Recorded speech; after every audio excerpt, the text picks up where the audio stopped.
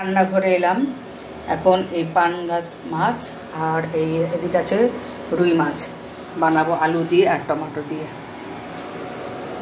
জিরে গুঁড়ো ধনে গুঁড়ো দিয়ে মাছগুলোকে বানাবো পেঁয়াজ রসুন ছাড়া।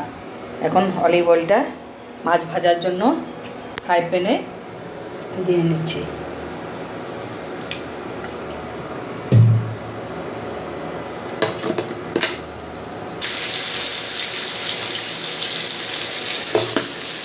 আগে রুই মাছ দিয়ে দিলাম, এখন দিয়ে দিচ্ছি পাঙ্গাস মাছ।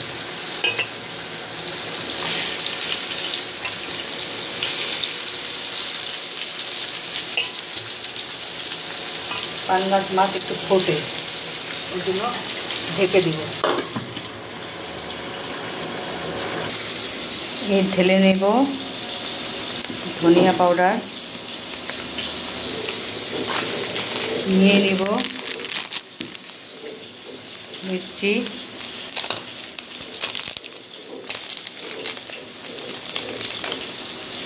কাঁচা লঙ্কা 2-3টে ফেলে দিয়ে দেব। নিয়ে নিব জিরের গুঁড়ো, আর এখানে মিক্স করব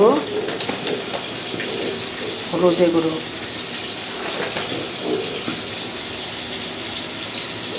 একটু আলুগুলোতে মেখে দিই, একটু জল দিয়ে দিব, এটা পেস্ট হয়ে যাবে।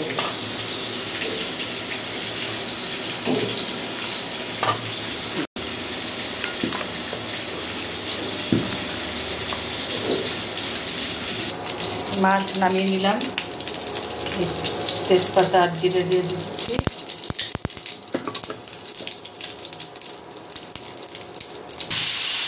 আলুটাকে একটু ভেজে নিই, এই মশলাগুলোকে দিয়ে দিচ্ছি।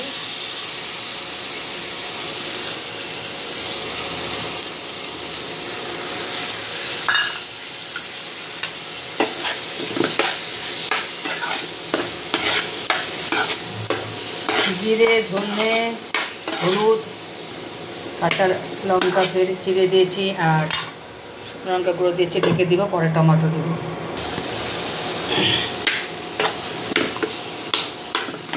আলু প্রায় সিদ্ধ হয়ে আসছে, এখন দিয়ে দেবো টমেটো,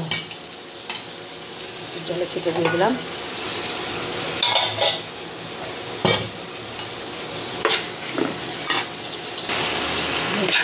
তরকারি কষে গেছে, এখন জল দিয়ে দেব।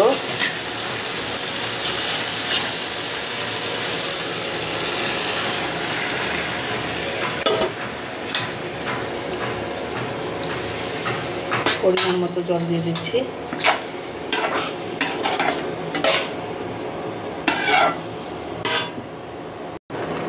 এই মাছ ছেড়ে দিলাম।